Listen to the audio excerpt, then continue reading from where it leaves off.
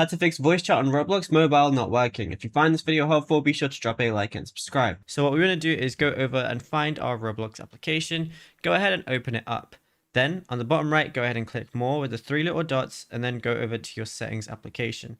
Then you want to see privacy and content restrictions, and you're going to see a lot of options, but go over to communication and go over to voice data usage. Make sure voice data is turned on. You can have your voice chat on everything, but it's up to you what you want to do. And experience chat, you want to have that on as well. Now, the next thing that you want to go ahead and do is go back. So we're just going to go back to account info. You want to make sure that your account is at least 13 years old, as in your age group should be at least 13 plus, and your phone number and email should be verified as well. If you haven't verified them, make sure you go ahead and do that.